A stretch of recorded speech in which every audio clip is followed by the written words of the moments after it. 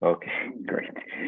Thank you. Good morning, everyone. Boker Tov. So we will continue from what we started, I think it was 2 weeks ago or 3 weeks ago, about Rabbi Ovadia Sforno, one of the greatest commentators in Italy in the time of the Renaissance in the 16th century.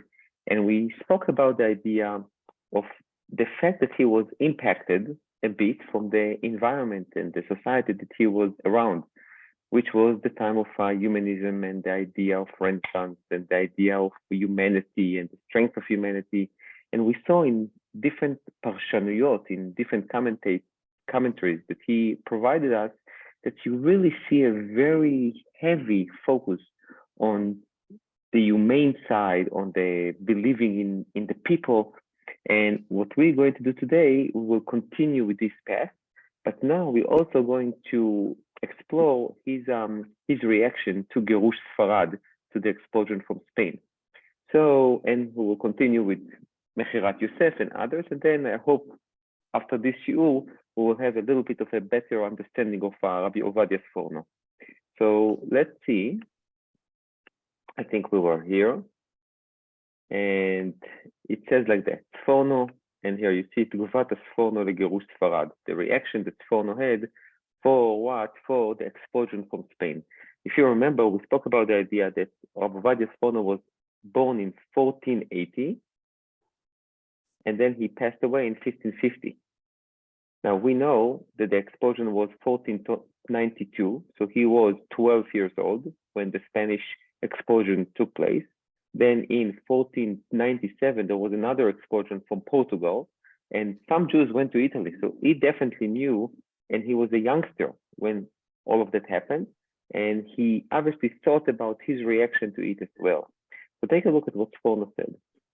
Vaya zar'acha ke'afar ha'aretz ufarasta. Hashem says to Abraham, and your descendants will be like afar ha'aretz, like the sand of the earth, and you will go eastward, westward, northward. Achar sheyeh zaracha ke'afar ha'aretz. So the Sforno says what? The Sforno says after your sand will be ke'afar ha'aretz, ke'inyan, ותשימי כארץ גבך וכחוץ לעוברים. What does that mean? זה שיהיו בתכלית השפלות. Meaning, when the Jewish people will be ke'afar ha'aretz, like the sand of the earth, does not mean in terms of what? Of quantity, like how many they are, like the sand of the earth, but rather, this is a description for what?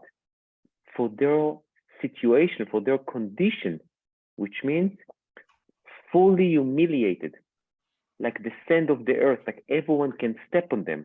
זהו שיהיו בתכלית השפלות. And that's what he says here, precisely when the Jewish people will have reached a seeming low point in their collective experience. אז תפרוץ בארץ אשר אתה שוכב עליה. Then Hashem says to Yaakov, the land that you sleep on, from there you will emerge and you will become greater. בכל צד, ימה וקדמה וצפונה ונגבה. כי אומנם, because תשועת הקל, the salvation of God, העתידה, that will be in the future, תהיה אחר רוב שפלות ישראל ההווה היום בגלותם, אשר כמוהו לא נהיה. He says here, the final redemption of the Jewish people will come after they have suffered the low point in their history.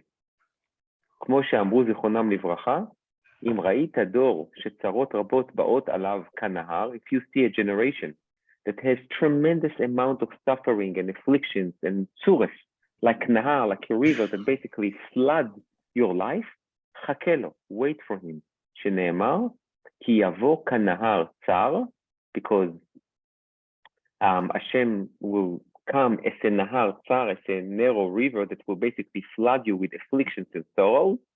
וסמיך לה, and immediately after that, the pasuk says what? ובא לציון גואל. Now, if we stop here for just a second, we see something very interesting. First and foremost, you see a historical interpretation. The Seforno understands what? That the dream that Yaakov had, that Hashem says to him, "Vayaz zaracha ke'afar haaretz, ufaratzta yama v'kedma tzafona v'negva," that your descendants will be like the sand of the earth, and you will go to all the corners of the earth and you will fill it up. The Seforno makes what we call histosophia, which means I take, quote unquote, a prophecy, and I basically say it already was fulfilled at this time. That's what the Seforno does. He takes a pasuk and he says, you know what? It was fulfilled. You know when? At the expulsion from Spain. We reached the lowest level in our history. By the way, why is that the lowest level in our history? Because unlike, for example, the expulsion from England in 1290, we're talking about maybe 2,000 Jews. Not even the expulsion from France that was in 1305 or 1306. We're talking maybe about 100,000 Jews. In Spain, Jews were there for 300, 400 years for sure. There was a golden era for Jews in Spain. It all started already in 1392 when Inquisition was established and there was some revolution. But in 1492, when the Jews had to be expelled or to convert to Christianity, the Seforno looks at that as what? As the lowest point in Jewish history. And from there, says the Seforno, there's only one way, up, upward. So obviously this is a message of hope, but it's also, and this is, I think, the most important thing in his Perush is what? Is interpreting a historical event based on his interpretation to a pasuk in the Torah, which is really interesting. Because when you think about the bracha that Hashem says to Yaakov, "Vayaz zaracha ke'afar haaretz," you would probably assume that this is the same thing that Hashem says to Abraham, "Vayaz zaracha ke'afar haaretz." But when you look at the psukim, you see something very different. When Hashem says to Abraham, "Vayaz zaracha ke'afar haaretz," what else does he say? And I spoke about it a little bit on Shabbat, last Shabbat in Shul. There it says, "Mi yuchal limnot et afar haaretz, kach zaracha yimane," which means no one can really count the sand of the earth. Therefore, your descendants will not be able to be counted. So that talks about what? A blessing, a quantitative blessing. Here, in this pasuk, Hashem says to Yaakov, "Vayaz zaracha ke'afar haaretz," your descendants will be like the sand of the earth. That's it. And then, "Ufaratzta yama v'kedma," and from then you will go and you will be able to what? To grow and to be saved. I think that's also why the Seforno picked Dafka specifically on that pasuk, because that pasuk basically described the descendants like the sand of the earth. It was a description. It was not a quantitative blessing. Therefore, Seforno says, the expulsion from Spain, that's the lowest point in Jewish history. And from there on, you're only going to go up. Now, what else do you see in this commentary? The endless hope the Jews had, not knowing what will come later. You know, when Jews faced the expulsion from Spain, which definitely, by the way, changed the Jewish world, totally changed it. And what I'm talking about changing it is not only reaching the lowest point in history, but also, and this is something that I might discuss with you maybe in different shiurim, is that what happened was that you have different communities in the Byzantine kingdom and also in Italy and in other places that were communities, old communities, ancient communities, 50 families, 100 families. But after the expulsion, you have masses of Spanish Jews who traveled and reached the community. And when they reached that community, they looked at the Jews, the local Jews, and they said to themselves and to the local Jews, "You have no idea how to practice Judaism. The butcher is not kosher, the bakery is not kosher, this one is not kosher, you need to change it." And you see, and it's very interesting, you see a lot of tension between the Spanish Jews and the local Jews. And as we know, numbers talk. And the Spanish Jews in many communities basically took over the local community and converted it into a Spanish community. So that's a fascinating phenomenon in Jewish history, but the expulsion from Spain, according to the Seforno, was definitely the lowest of the lowest. Yes, Paul. You need to unmute. If I remember correctly, the Seforno was also the rabbi of Rome. And it's interesting that he didn't mention the Churban Beit HaMikdash. Okay. Also, he had a community which was also, he writes in the introduction to his to the Seforno that the community was the younger generation was not coming anymore to Bet Knesset. Okay, so he had to try to attract them back into, and that's, you know, so you had two things going simultaneously. I would say one comment about the community in Italy in the 16th century, and you see it also from the Maharik Coulon, who was a little bit before. The Jewish community in Italy was not fully, but very much immersed with the general community in Italy. And you see some of the she'elot v'tshuvot that comes out from Italy in the 16th century, which are amazing. So yes, he obviously had to face what we will call today modernity, but I would say more immersion in the general community. And also, yes, he would like to welcome those very committed, dedicated Spanish Jews who were willing not to convert to Christianity, but to stick to their Judaism and to show their commitment and to be expelled. So there's no question about that. But in fact, because he was in Rome, he didn't mention the Churban Beit HaMikdash. I'm not sure if that's the reason. I think the Seforno was really talking about more current events.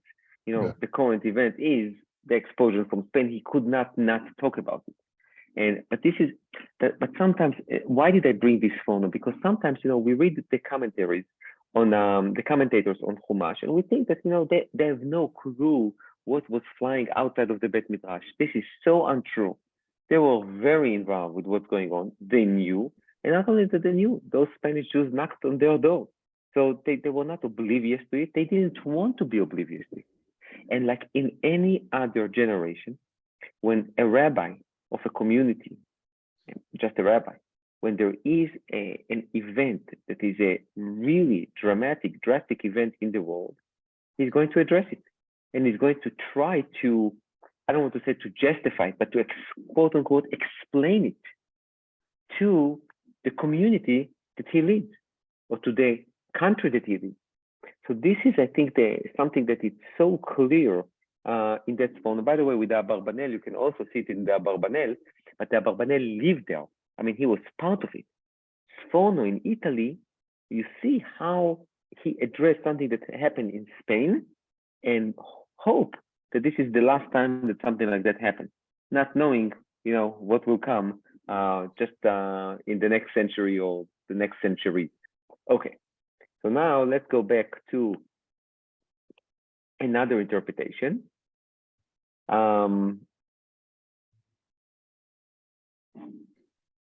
You see here, also talking about Yaakov, still with the expulsion from Spain, says Seforno, Vayikra lo El Elohei Israel, Yaakov built an altar, and he called it El Elohei Israel. What does that mean? So says Seforno, Kara lo bitfilato, Yaakov called out in his prayer, Et hakel hidbarach leElokim, he called God himself to be his God, כמו שנראה באומרו, והיה השם לי לאלוקים. That Hashem will be my God. When will that happen? וזה כשיהיה הוא ישראל, when he will be Israel, שלא יוכלו אומות העולם להעבירו על דעתו ועל דעת קונו, כמו שהזכיר בנדרו למעלה. Do you see what he says? This is incredible. Yaakov built an altar and he called it El Elohei Israel. All the commentators are trying to understand what does it mean, El Elohei Israel. Who called whom? The God of Israel. Yaakov called Hashem, Hashem called Yaakov. What's going on here? What does the Seforno do? He says, no, Vayikra lo El Elohei. Yaakov called this God, the God of what? Of when I will be Israel, my God will be my God, and no one else will be force me to convert to any other religion. Which means the Seforno basically saying what? He's saying until we become Israel, which means the ultimate level of the Jewish people, we will still face what? All those forced conversions. What we need to do is to reach that level of Israel, and then we will prevail. Basically, what the Seforno does, it does what many other sages did, starting really the time of the Midrash. They look at Yaakov as the prototype of a Jew in Galut, of a Jew in exile. Expulsion, suffering, afflictions, all those tzuras.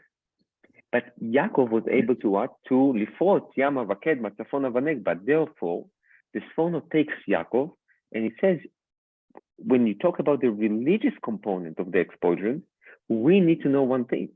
Until we reach Israel, and by the way, with Seforno, it's not necessarily Eretz Israel, just the level, the spiritual level of Israel, then no one else will be able to what? To force us to convert to a different religion, and God forbid to betray our own God. And then Seforno continues.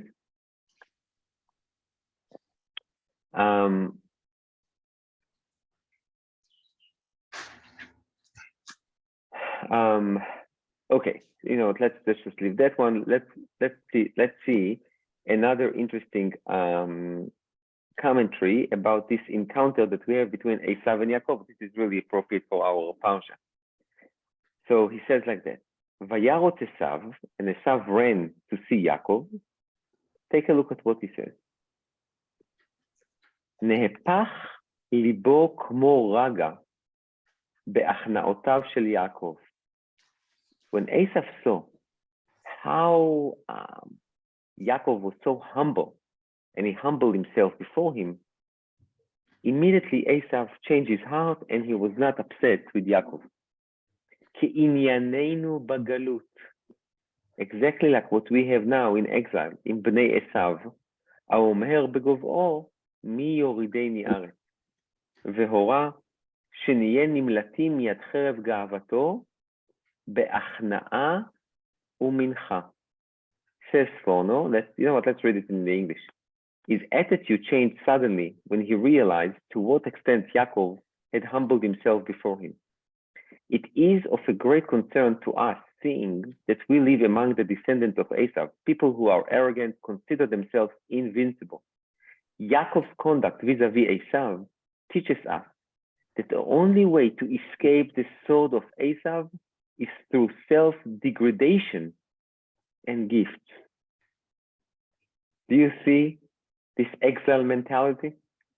Do you see this understanding that the only way to survive in exile is to what? To submit yourself, degrade yourself, and bribe the king. This corresponds to what our sages taught us, that the curse of the prophet Achia Shiloni were more beneficial to the Jewish people than the blessing showered upon them by Bilam. Achia had cursed the Jewish people, describing them as a reed which bends in all directions, a reference to someone demeaning himself rather than facing up to his adversaries. If the Jewish people during the period of the Second Temple had taken his advice to heart, the temple would not have been destroyed. Rabbi Yochanan ben Zakkai testified to this when he said, if not for the militant extremists, the Romans would not have destroyed the temple. Now, as modern Israelis, and as Olim Hadashim, and as Olim Yeshanim, we definitely take an issue with what the Seforno said. Seforno said two things. Seforno says that Jews, in order to survive in exile, you know what you need to do? Submit yourself. Total submission, degradation. Gifts to bribe the king, bribe the Caesars, bribe everyone, try to submit yourself low key, and that's it. That's the way you're going to survive exile. But that's, you know what, that I can hear. And also the Naziv is also saying something very similar to that in the 19th century. That I'm fine with it. You know where I'm not so fine? The interesting part is that he wants to say that the destruction of the Second Temple was because of what? The extremists, the militants. Now, I'm not disagreeing with what Rabbi Yochanan ben Zakkai said with the bullies in Yerushalayim, but it seems to be that the Seforno is trying to really convey a message of what? Until Mashiach comes, sei still. Just be quiet. Don't do anything. Don't initiate any movement. Don't push anything. Just what? Wait and see. Now, obviously, we understand. We are talking about the 16th century. We are talking about Italy. We are talking about a very delicate relationship between Jews and Christians. Seforno, by the way, was very involved with not only with the Jewish community, but he was involved with the general community as well. And Seforno here in this Perush is basically saying to you, to the Jews, there is no Mashiach coming yet. You just need to live your life. You need to live your life in submission in order to be able to survive this long galut.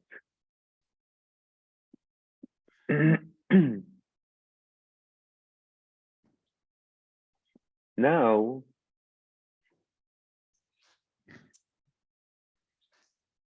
Ramban, who was earlier, obviously, to the Seforno and lived in Spain, is the 13th century. He says, "Ve'al da'ati, gam ze yirmoz, ki anachnu etchalnu nefilatenu biyad Edom." We started our fail against Edom. Why? Ki malchei bait sheni ba'u bebrית עם הרומיים, ומהם שבאו ברומא. והייתה סיבת נפילתם בידם, וזה מוזכר בדברי רבותינו, מפורסם בספרים עם יוסיפון. The Ramban blames the destruction of the Second Temple. Why? What is the reason that the Ramban gives for the destruction of Beit HaMikdash? Unlike Seforno. Seforno said what? That's because of what? Of the militant extremists. According to Ramban, what's the reason of the destruction of the Beit HaMikdash Hasheni? What do you think? The downfall of the Jewish people. But how did that come about? What did they do?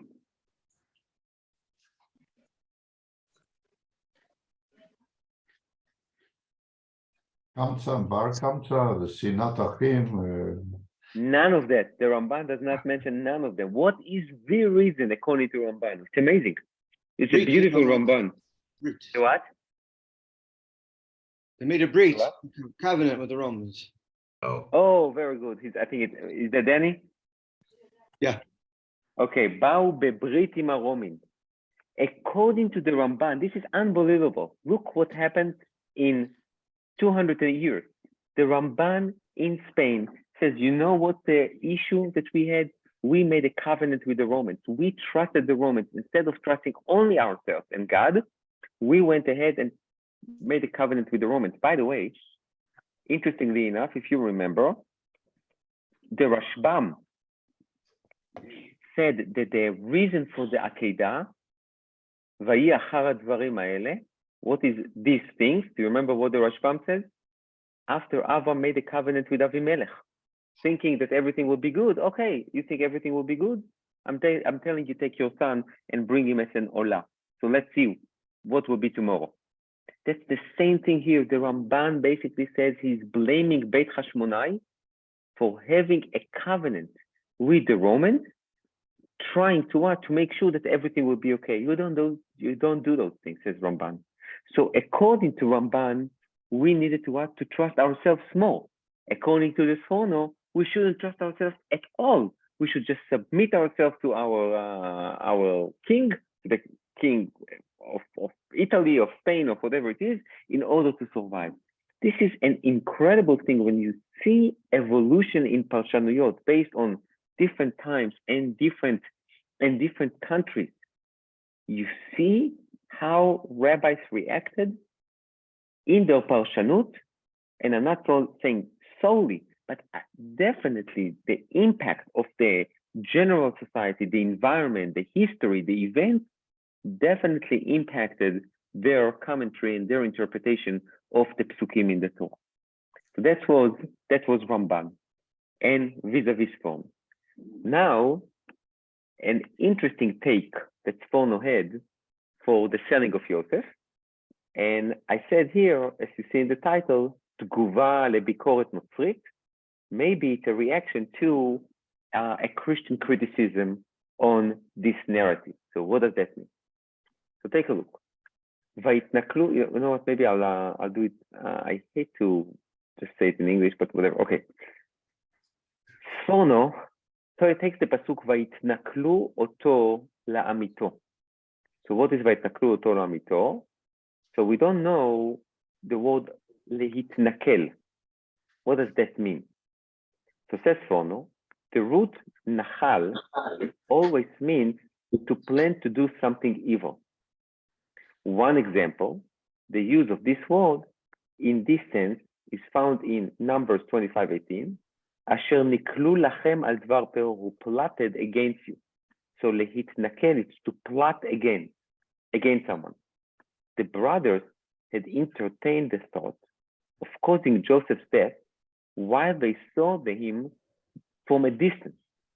They did not think that he had come to make peace with them, but that he was spying on them to either cause them to commit sin, which would bring their father's curse on them, or which would cause God to punish them. As a result of this, Joseph imagined he alone would survive as blessed of all Yaakov's sons. The expression vayitnakel, meaning to plot against, in the reflexive conjugation described what a person fantasizes about in his mind, what imaginary scenarios he entertains in his head. You find the expression in Shmuel 28:9, Asa mitnakesh benafshi, to which of end of speaking to King Shaul, who had disqueezed himself, you are trying to trap me into fortifying my life, trying to get me killed.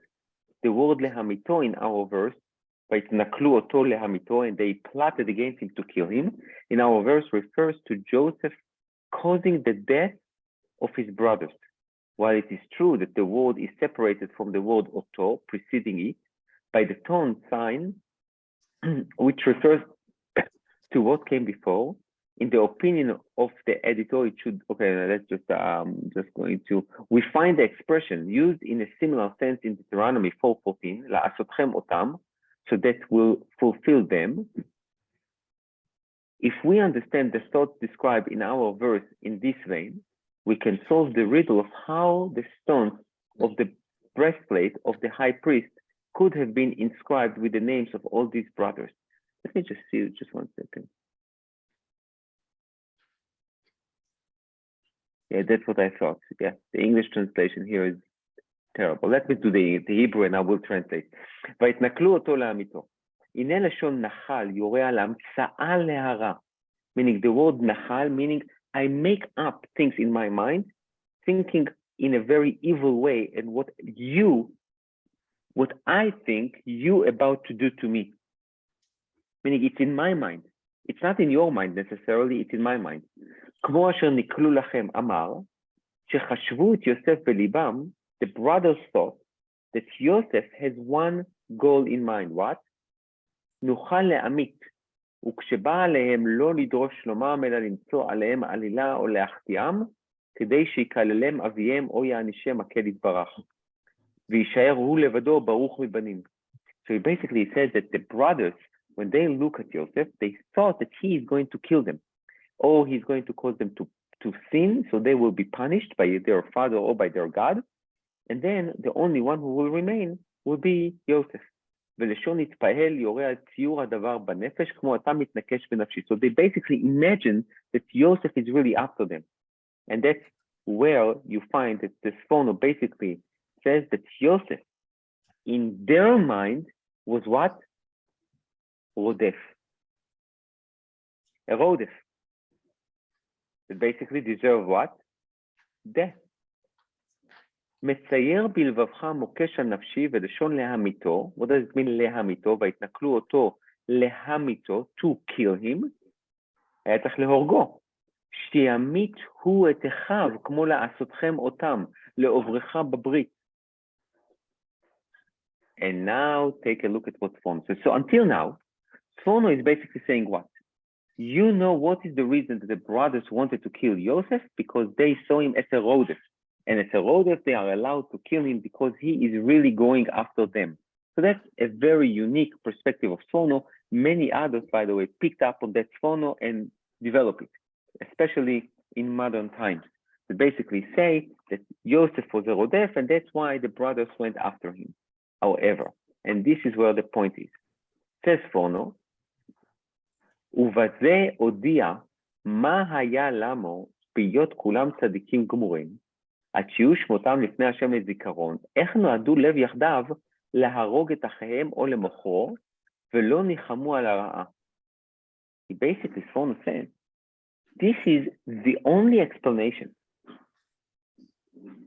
that I can give for why the brothers thought that they can kill Joseph, because without it, I will not be able to understand how come that their names, that all the brothers' names are on the breastplate, on the Cohen, and they are all still Shiftei Ka. Because I cannot understand how can you allow them to be considered as tzaddikim if they were about to kill their brother, quote unquote, just out of jealousy or out of hatred. There needs to be something much more than that. כי גם שאמרו אבל אשמים אנחנו על אחינו, לא אמרו שתהיה אשמתם על מכירתו או מיתתו. Even when they said in מצרים, אשמים אנחנו, we are guilty, they didn't say we are guilty in selling him, they just said we are guilty על אכזריותם בהתחננו. We are just guilty that we didn't listen to his call for mercy when he was in the pit. והנה הכתוב, וגיד הכתוב, כי ציירו בליבם, וחשבו את יוסף לנוכל ומתנקש בנפשם לעמיתם בעולם הזה או בעולם הבא או בשניהם, והתורה אמרה, הבא להורגך, השכם להורגו. So, what do we have here? So here we have something which is really interesting. I want to ask you a question. When you read Mechirat Yosef, which will be next week, based on the narrative, just the narrative itself, no mefarshim, no nothing. And I will ask you, what is the reason that the brothers wanted to kill Joseph? What would you tell me? The dreams. Jealousy. Nothing. They didn't like him, Bala Chalamot. Okay, didn't Jealousy. like him. Jealousy. Dreamer. What else? He was the favorite of Yaakov. I mean, there was no question about that. Yaakov's favorite. Okay, good. He informed on them. He informed on them. All those reasons that you mentioned, which are all seems to be coming from the narrative. Is that a good reason to want to kill your brother? If we This is- believe they had Ruach HaKodesh, No, leave yes. Ruach HaKodesh. Just the narrative. The narrative itself. The psukim themselves basically describe a dysfunctional family. That, the father maybe loves one son more than the others, and they always have, the feeling of they are being, as we say here in Hebrew, mekupachim. That they are also exactly are not the favorite, and they don't get the same treatment like this brother. And by the way, I am sure that the children of the shfachot, they probably felt not appreciated as much as the sons of Leah and Rachel. So I mean, every family, you ask almost every child in every family, do you think that you are mekupach? No, that you didn't get exactly the same thing like the other? I'm sure almost all the children will say yes, for sure, because I remember, in 2007, my brother got this one and I didn't get this one. That's not a reason to kill your brother. And the problem with that is also, is that not only that there is quote unquote a reason, at least in their mind, that they can kill Yosef. After they sell him, they are still what? Shiftei Israel. And they themselves never regretted the sale. They do regret, they say, we are guilty of being so cruel to our brother. He yelled from the pit, he was naked there, he was in a pit, and even if there are scorpions and snakes are not there, because we are talking only about the narrative, you can understand that to being thrown to a dark pit by yourself, almost naked, it's definitely not the most convenient and pleasant thing. So he actually cried out, and he probably told his brothers, look, please take me out from here. I will never dream. I will not say anything about you. Right? And they were what? Not only cruel that they didn't listen to him, they also what? Had lunch. Vayeshvu le'echol lechem. They go ahead and have lunch while he is screaming from the pit. So the only thing that they have regret on was what? Their cruelty. But never ever in the narrative itself, it never said that Ashemim anachnu al asher macharnu et Yosef. We are guilty for selling Joseph. They never thought they are guilty. They always thought that what they did was the right thing. And not only they thought it was the right thing, Hashem thought that they did the right thing. How do I know? Because later on, when there is Bet Mikdash, there is everything, and they didn't do yet, tshuva, because they didn't think that they committed a sin with it.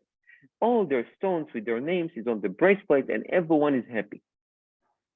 Says Seforno, I need to find a real major reason to try to justify their decision to sell Yosef and not, quote unquote, to be punished on it. And the reason is Rodef.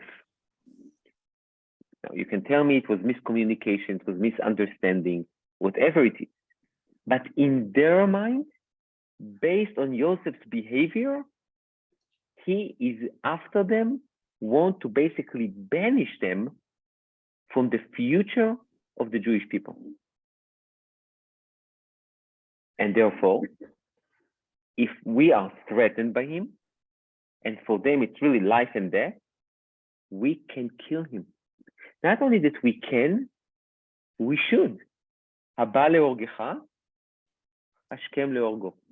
If someone comes to kill you, go ahead first and kill him before he's striking. Says Seforno, if this is the reason, now I can understand why they are still considered as the Shvatim, and why their names are still on the breastplate, and why they are still considered as Am Yisrael, because they did have, quote unquote, a reason. Now, was it proven later on that they were wrong? That's true. But at that moment, at that time in history, they were right. Now, why do you think I titled this commentary as maybe a reaction to a Christian criticism on this narrative? What do you think is the connection here between the explanation that Seforno provided to us and what might be a Christian criticism on this narrative? Is my question clear? Okay, take a minute to think. Giving up Jesus at the time, was life-saving. They were scared that he was going to cause deaths amongst the Jews. Okay, very good. One idea, there are a few more, but one idea is that here you see, again, the Jews are giving up a brother, selling him to, quote unquote, the enemy, or try to kill him. And basically, you see the fact that the Jews are basically are driven by jealousy and hate, and they are willing even to what? To give away a brother. So he's telling them, it's not just giving away a brother, it's they would not, at least in their mind, he would kill them. Okay, very good. So that's one connection. What can be another connection?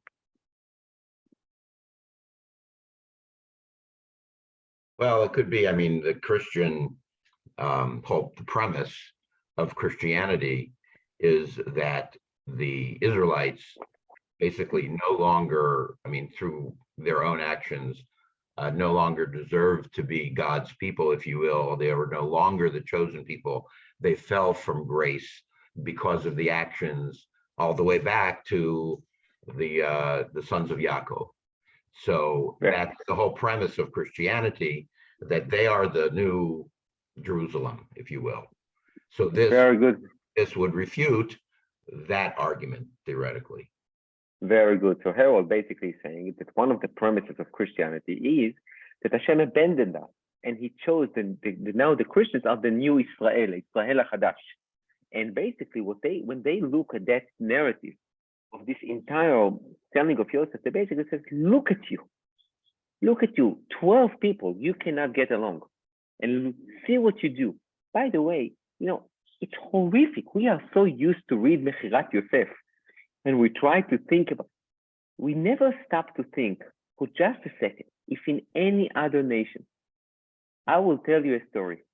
There are 12 brothers among the Hittites, and one of them is a dreamer, and he dreams about, crop and harvest and the moon and the stars. And, the other children are really upset with him, and they decided they're going to kill him. What would you tell me? Animals, right? How can we, it's a terrible story, Rabbi. Why are you telling me the Hittites, they deserve to be banished? When you look at Mechirat Yosef, and if you just look at the narrative itself, it is a serious issue that reflects on the Jewish nature, on Am Yisrael's nature.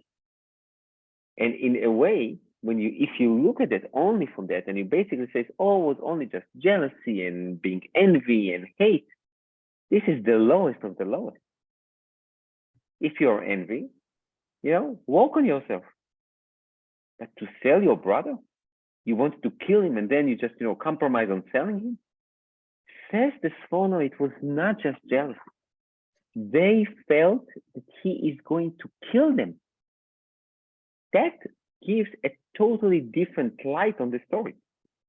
Now, you can still say it was misconception, it was miscommunication, it was misunderstanding, they didn't understand, and maybe if they would talk to him or talk to Yaakov, they will get some kind of clarification. Everything, you are right. But in that moment, when you think that he is going after you and he's coming again, they are not there.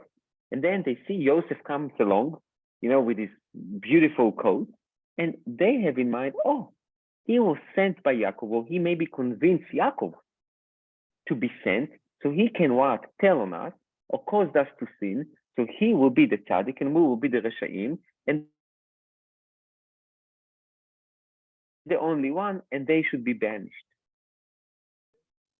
Basically, what Seforno does by his interpretation is quote unquote, to justify the act, but not only that, but also to explain why at the end we are the one that still consider us what? Shiftei Israel, which is a hidden agenda here. It's not you, the Christians. It's us. Despite of what happened, it's us. Yes, Harold.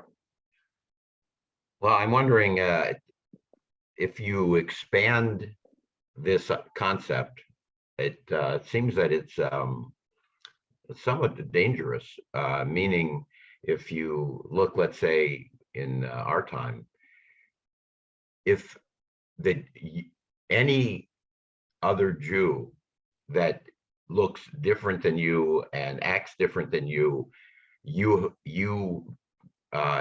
make the determination that Jew is out to destroy you, that Reform Judaism is out to destroy Judaism, and therefore we have the right to punish them, to kill them, to oppress them.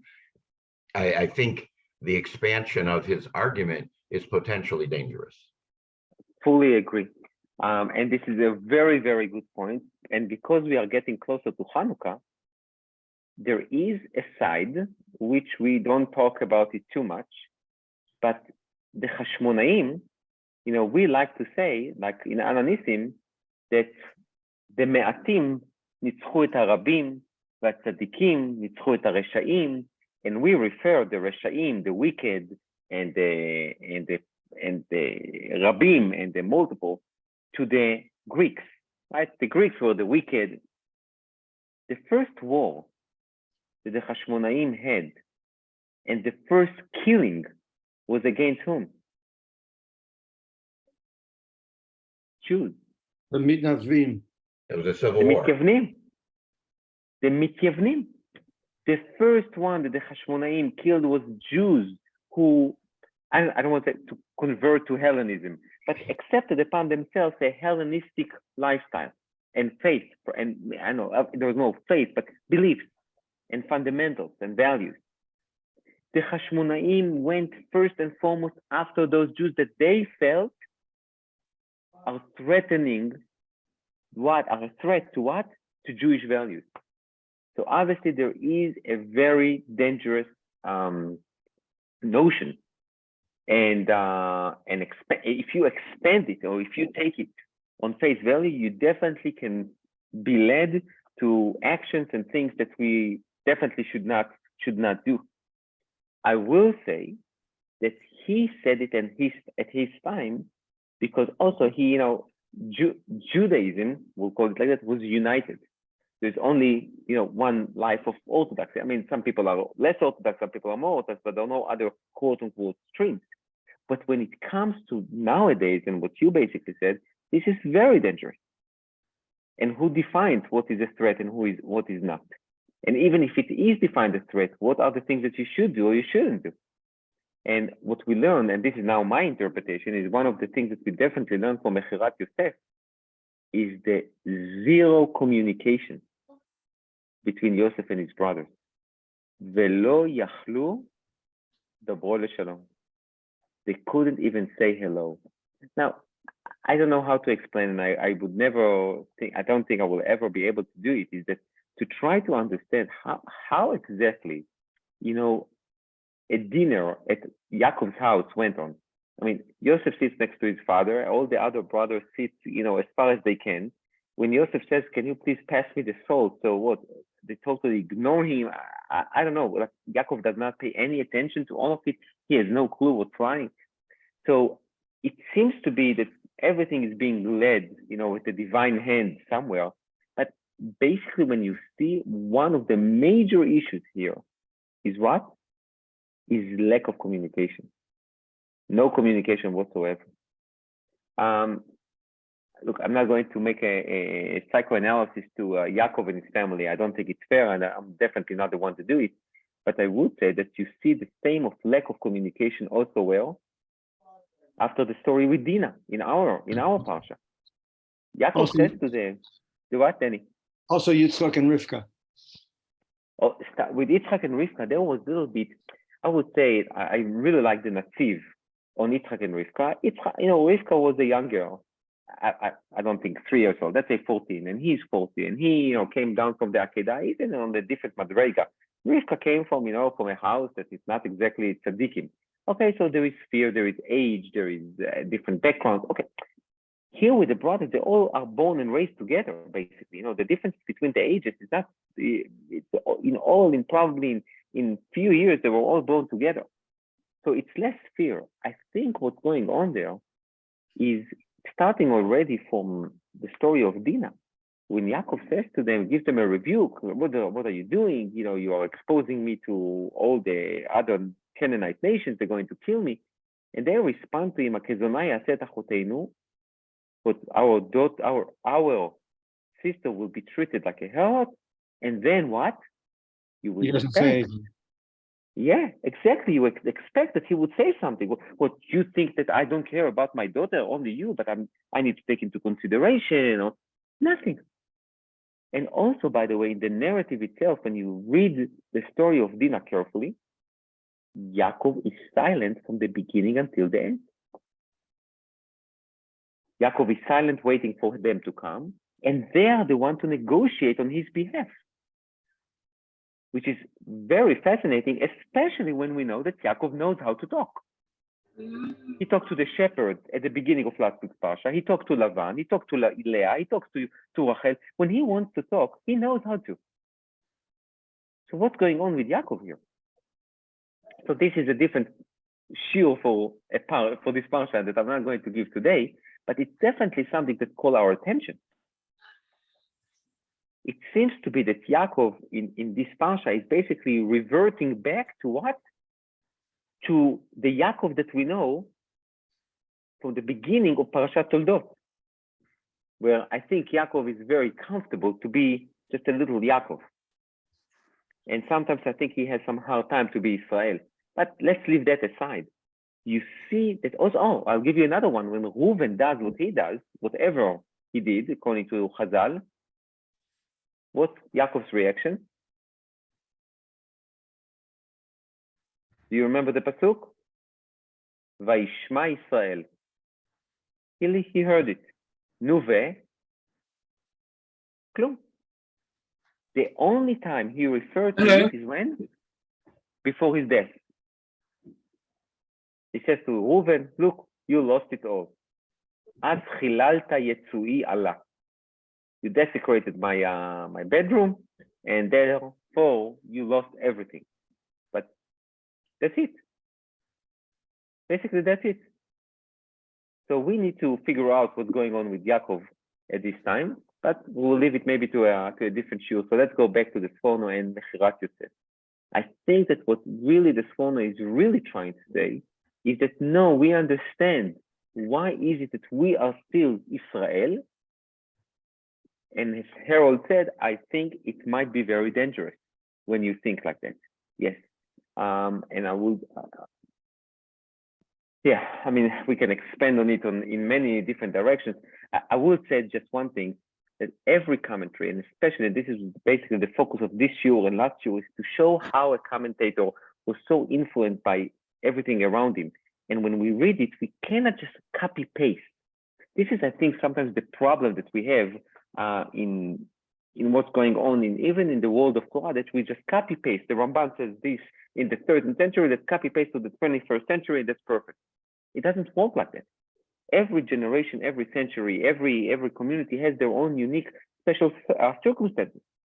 You can use the idea, the fundamental value, but you cannot just copy paste. So this is Seforno. And now let's see one more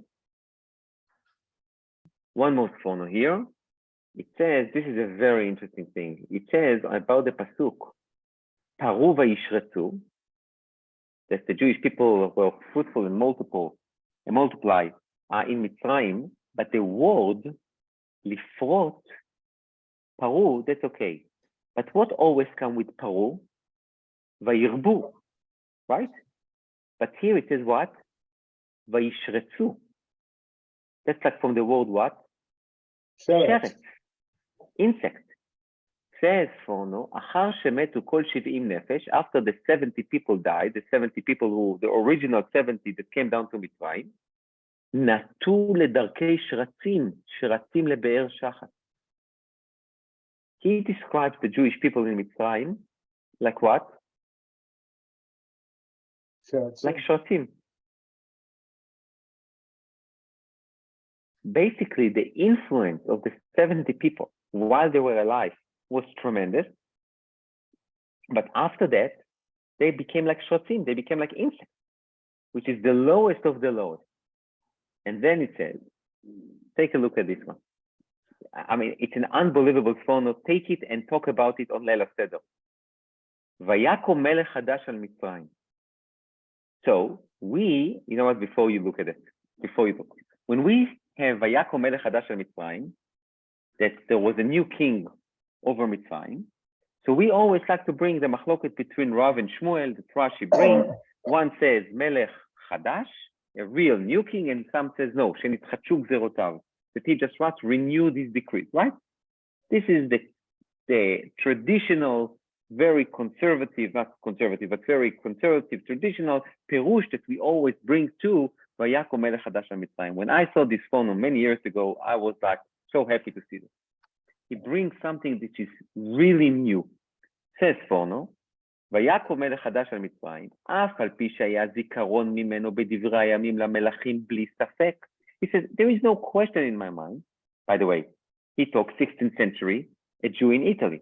In Italy, there are history books about the kings and their lineage. He thinks that the same thing happened in Mitzrayim. There was a library, and in the library there were books talking about Pharaoh the One, Pharaoh Junior, Pharaoh the Third, Pharaoh the Fourth, Pharaoh the Fifth, obviously. So the new king obviously knew who is Joseph. בפרט בעניין החידוש, אשר שם לחוק. And especially the economical plan that Joseph did, that 20% goes to the king, 80% go to the people, and also that there is a special percentage that goes to the priest. So that was part of the Egyptian constitution. So how can you tell me that מלך חדש על מצרים אשר לא ידע את יוסף? How can you say something like that? So basically, Seforno is, with a hidden question, is questioning Rashi and Rav and Shmuel. How can you tell me a new king? What, this new king came from a different world? What, he never knew what Joseph did in Mitzrayim? So take a look what the Seforno says. לא עלתה על לב המלך החדש אפשרות היותו מזה העם, ושיהיה עם זה ראוי לשאת פנים לעמו בעבורו.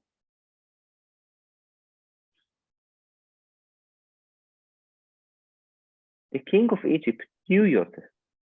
He knew him because maybe he met him or because he definitely heard about Joseph. There is no way that he did not know Joseph and his decrees and his enactment and his everything that he established. But Pharaoh could not believe that Joseph belonged to the people that he sees in front of him right now. The way that the Jews behaved, the Hebrews behaved in Egypt after the 70 people died, Pharaoh looked at them and he looked at Joseph in the books of history and he says, there is zero connection between Joseph, smart, gentle, leader, to what? To those people. Impossible. Therefore, I can treat them as slaves, as insects, and Joseph probably have nothing to do with them. What do we have from here? This is goes back to really to last time that we talked about the Seforno. Seforno basically says that human behavior reflects not only on themselves, but only on the people that they come from, on their lineage, on their previous leaders. You look at Joseph and you know what he did, how smart he was, what kind of leadership qualities he had. And you compare him to the people that they claim to be his descendants, and there is zero connection.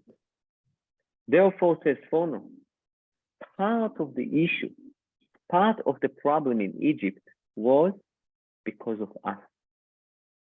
And this is part of the I would say the thesis, especially in his time. People can reach the lowest level, but they can reach the highest level. And if the Jews would not be insects, if the Jews would not be shratim, if the Jews would be highly sophisticated, educated, like he was, Seforno, as I told you before, he was not only a scholar, he was a philosopher, he was a physician, he was very wealthy. So he was, the Jew, like the model Jew. Because if you will be like that, people will understand who do you belong to. But if you behave like shratim, other people will never believe that you are part of Am Yisrael. So I think what Seforno does is basically saying, he's not blaming the Jews for what happened to them in Egypt. That's not what he's saying. He's just saying that we need to know that if we want to be connected to our ancestors, we want to be connected to, and to be considered as part of the continuity of Yosef and Avraham and Yitzchak and Yaakov and Moshe and wherever he is, we must be ready to what? To act like them and not to act like Shratim. So, in conclusion, what we started last time and we are ending this time, I think sometimes, and maybe I will do it from time to time, you take a commentator and you try to understand a little bit the background. You try to understand the years and the time that he operated, and in modern times, it might be even a she operated. And then you see what was the impact, what was the influence, well, where did they come from? What was their, what we called Olama Musagim, the world of, what was their narrative? What was their book of reference? And when you have something like that, when you have understanding sometimes of their book of reference, you can understand their commentary in a much enriched and better way. So I think the Seforno definitely was very much in tune in what's going on around him in terms of the Renaissance, A. B, he was well aware of Christian criticism on the narrative and on the Jewish people. And third, as part of humanism, he really believed that a person can reach the highest level if he will basically apply himself to do it. So I think we have some work to do. And I wish everyone a Shabbat Shalom and Besorot Tovot. Goodbye, everyone.